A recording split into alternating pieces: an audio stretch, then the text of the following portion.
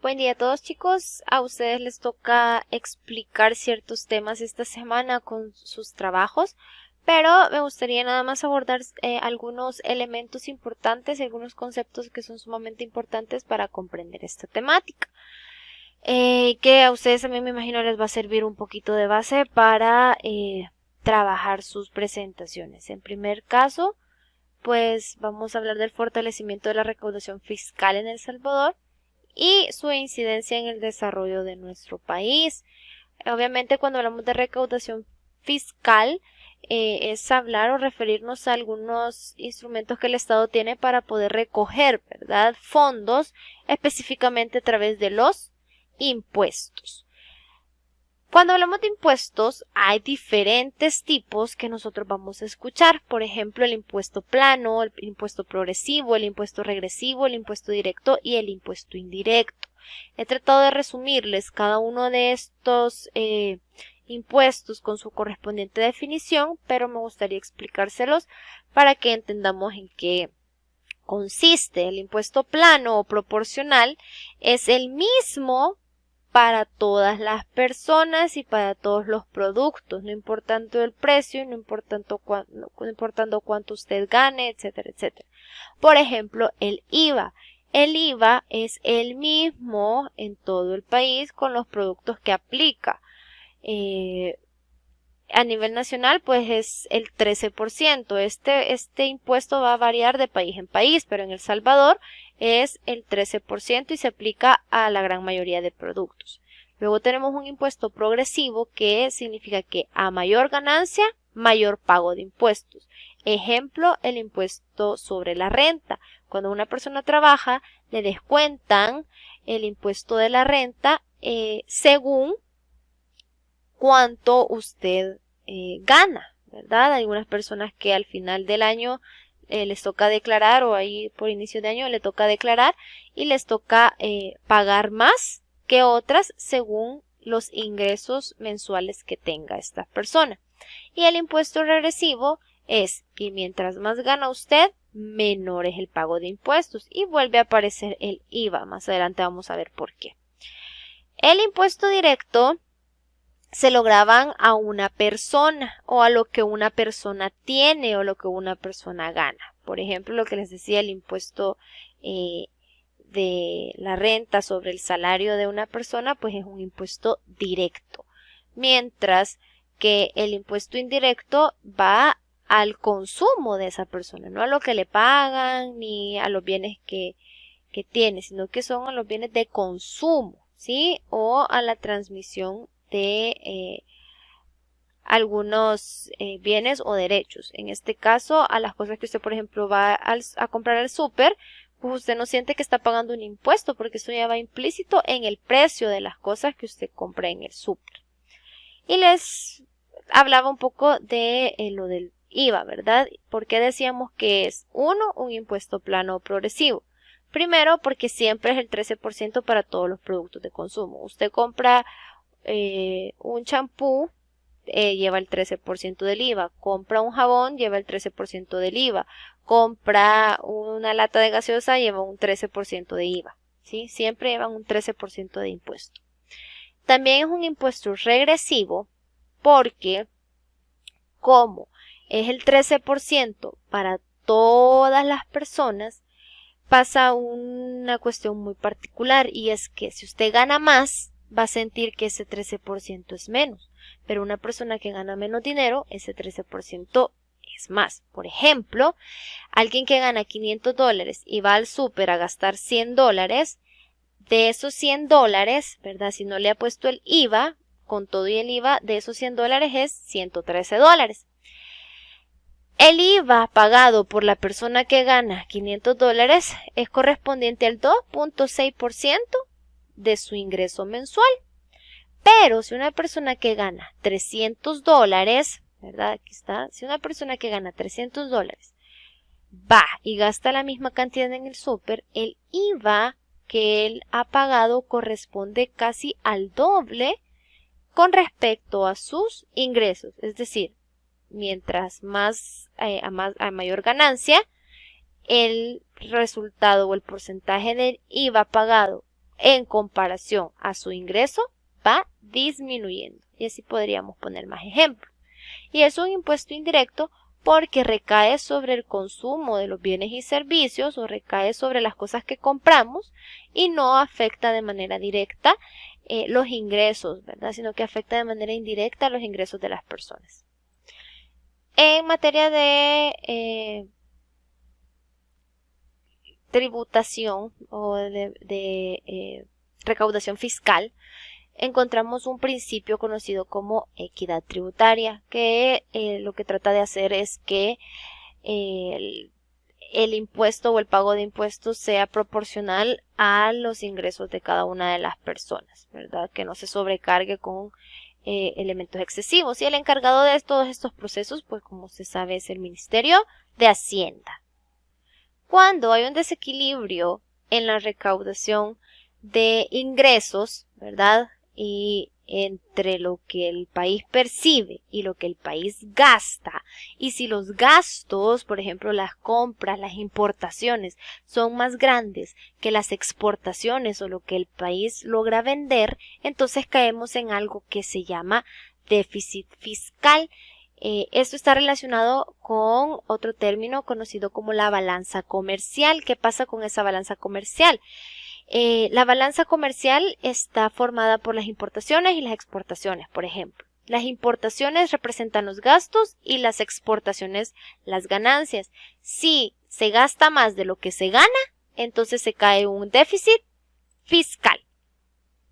¿Qué organismos de cooperación? Otro de los temas que ustedes les van a tocar exponer y que está relacionado con la recaudación monetaria o los ingresos son los organismos de cooperación, comercio y los tratados de libre comercio, ¿verdad?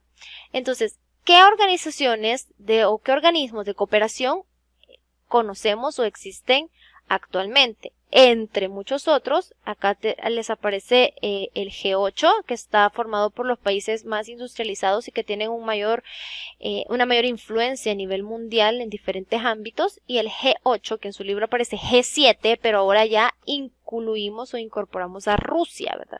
Se los dejé al final y con mayúsculas para que vean que es el que se incorporó al antiguo G7 y por eso ahora lo conocemos como G8. El Fondo Monetario Internacional, conformado por 184 países que promueve la cooperación monetaria. Estos 184 países, aportan una cantidad o una cuota al Fondo Monetario y ese es utilizado para diferentes préstamos que se hacen. Luego tenemos otro organismo de cooperación que por sus siglas en inglés lo conocemos como GATT. Este organismo es el Acuerdo General sobre Aranceles Aduaneros y de Comercio, que tiene como finalidad favorecer el comercio internacional, suprimiendo los obstáculos arancelarios. Tenemos la OCDE, que se trata de la Organización de Cooperación y Desarrollo Económico, formado por 38 estados.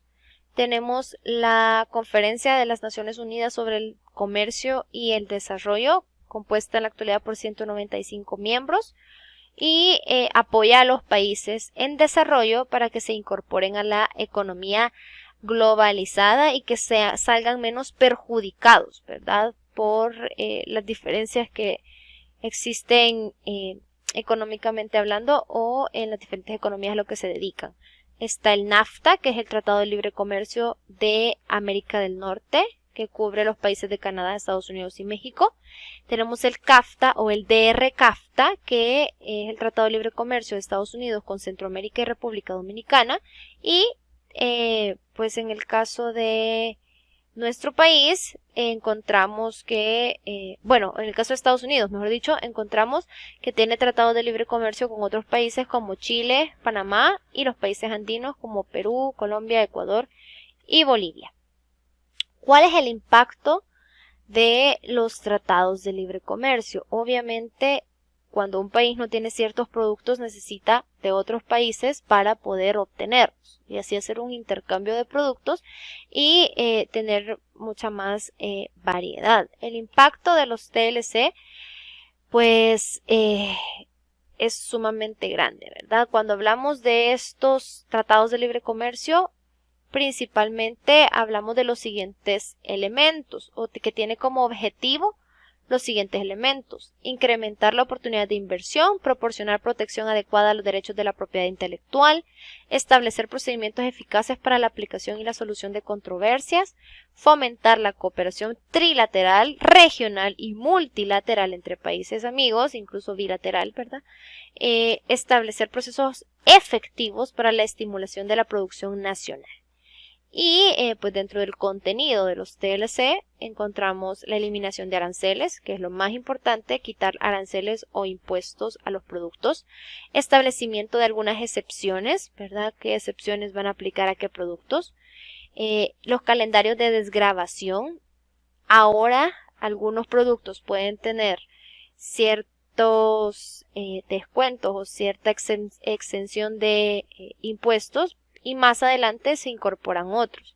Y las facilidades de inversión.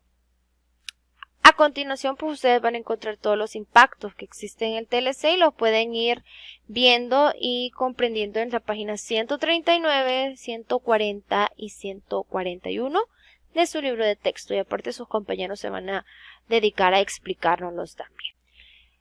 Hablamos entonces ahora de el impacto de los tratados de libre comercio en la seguridad alimentaria. Iniciamos pues con el efecto que tienen los alimentos transgénicos. La mayoría de los alimentos importados pues ya vienen con otros químicos que afectan la salud de las personas que los consumen en los países receptores. Asimismo, hay un deterioro en la agricultura que va a aumentar la dependencia en cuestión de materia alimentaria. Países en vías de desarrollo pues están viviendo una crisis agrícola en donde los hace depender mucho más de productos de otros lugares, ¿verdad? Que también pone en riesgo su soberanía alimentaria y su seguridad alimentaria. La mayoría de dependencia de estos alimentos también se va a ver reflejada en la quiebra de las pequeñas y medianas empresas. ¿Por qué? Porque los productos locales son sustituidos muchas veces por productos de grandes empresas extranjeras. Al mismo tiempo, el deterioro ambiental pues repercute negativamente en la producción de alimentos, sobre todo en aquellos alimentos que provienen de la actividad agrícola. Y por último, y lo vemos evidente en la imagen, como la reducción de los costos de la mano de obra cada vez les pagan menos, ¿verdad? Las personas en las diferentes actividades económicas e industrias, y los precios de los productos, especialmente si vienen del exterior, son más elevados. Y esto afecta el poder adquisitivo de las personas cuando los precios son muy elevados y sus salarios pues van en disminución, lo que hace o que pone en riesgo también la forma en que puedan obtener sus alimentos para poder sobrevivir. Y entramos al tema de estabilidad macroeconómica y el PIB o Producto Interno Bruto, ¿verdad?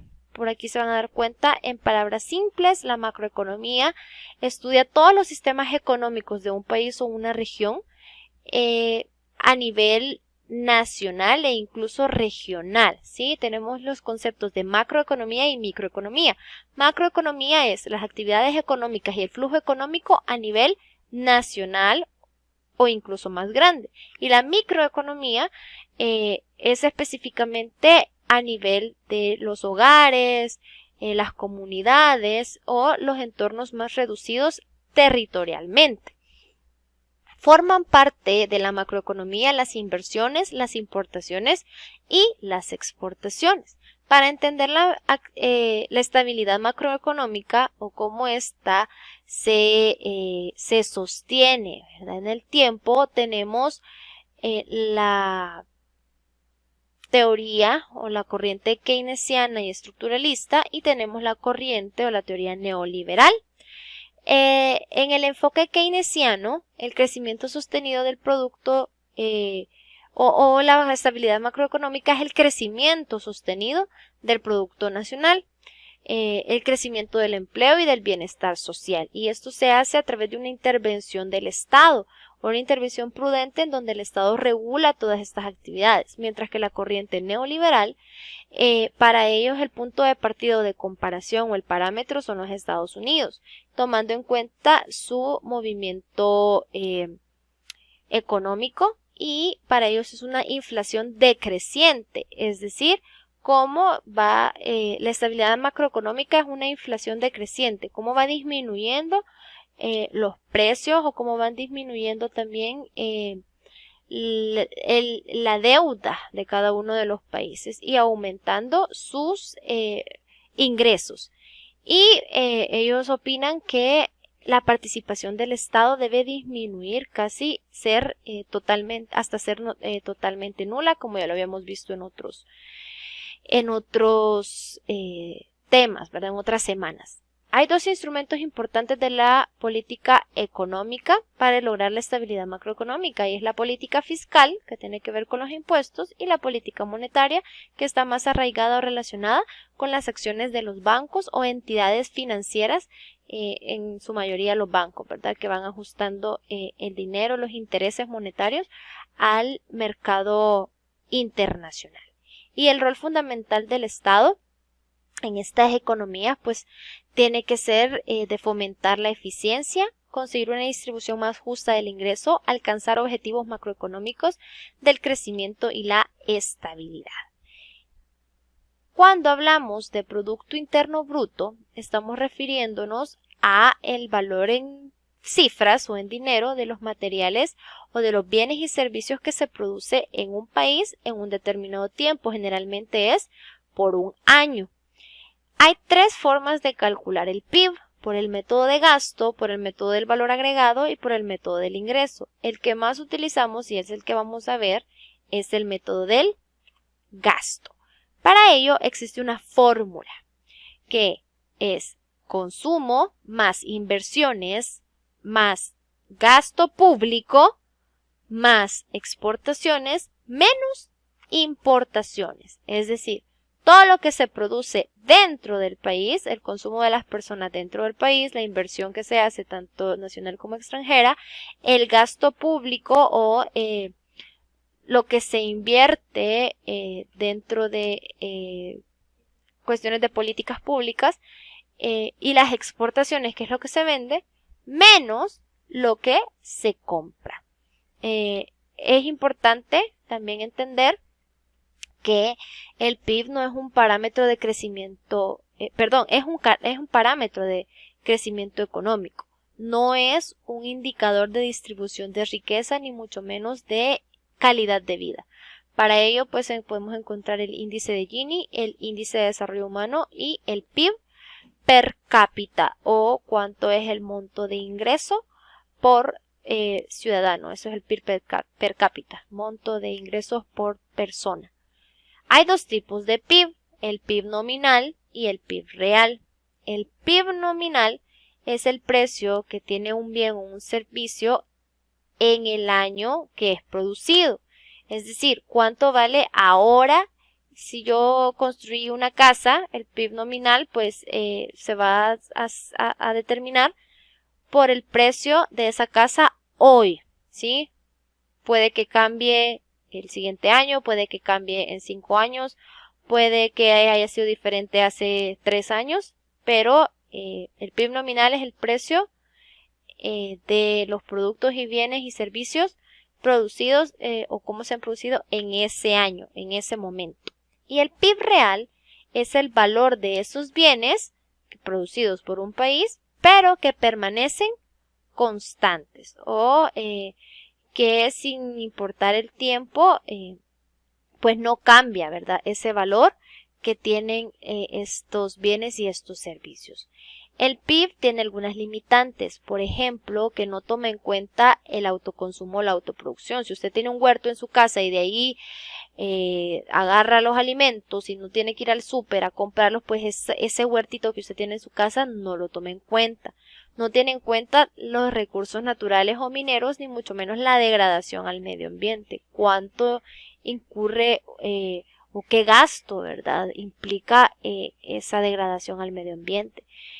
Cuando suceden catástrofes naturales, pues sí ve los daños en la infraestructura, pero los toma en consideración o los contabiliza con el impacto que tienen a la actividad productiva, no en sí el daño que ha sufrido la infraestructura, sino que el daño que va a ocasionar a la actividad productiva. Pero pues sí también toma en cuenta los gastos a la reconstrucción o cuánto va a costar reconstruir todo eso que ha destruido.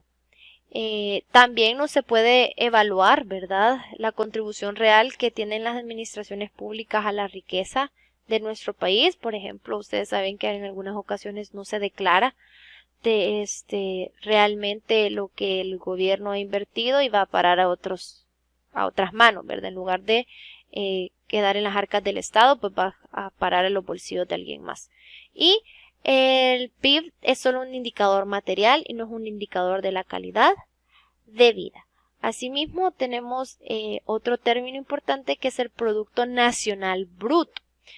Cuando hablamos de Producto Nacional Bruto, es el total del PIB de un lugar o de un país y se le resta la parte generada por las empresas extranjeras aquí y se le suma lo que las empresas nacionales producen en el extranjero, ¿sí? Por eso está ahí la fórmula. Producto Nacional Bruto es igual al total de PIB menos cuánto generan aquí las empresas extranjeras, por ejemplo, las empresas alemanas, las empresas inglesas, las empresas estadounidenses. Se lo resto, porque obviamente no son empresas nacionales, se lo quito, pero le sumo lo que una empresa salvadoreña produce en otro país, en el extranjero. Y ahí me va a salir el resultado del Producto Nacional Bruto.